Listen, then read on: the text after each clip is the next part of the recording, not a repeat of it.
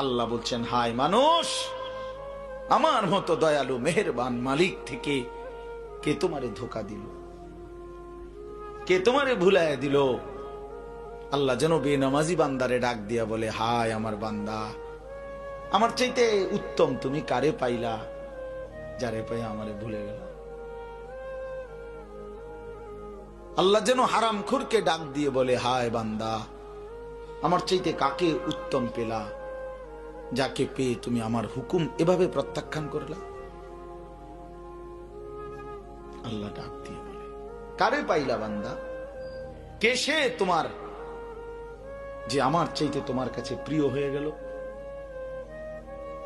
কিছু মানুষের জিন্দেগি, সে মনে করছে আমার জীবন একটা মোবাইল। 18,000, 20,000 টাকা, 10,000, 12,000 টাকার একটা মোবাইলের কাছে হেরে গেছে নওজোয়ান।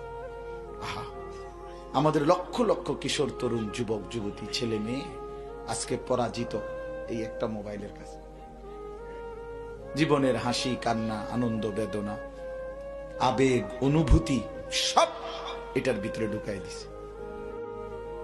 পৃথিবী নিয়া, দেশ নিয়া, জাতি নিয়া, মানবতা নিয়া, মানুষ নিয়া, নিজের কবর, আখেরাত, পরকাল নিয়ে কোনো কিছু নিয়েই কোনো ভাবনা নাই।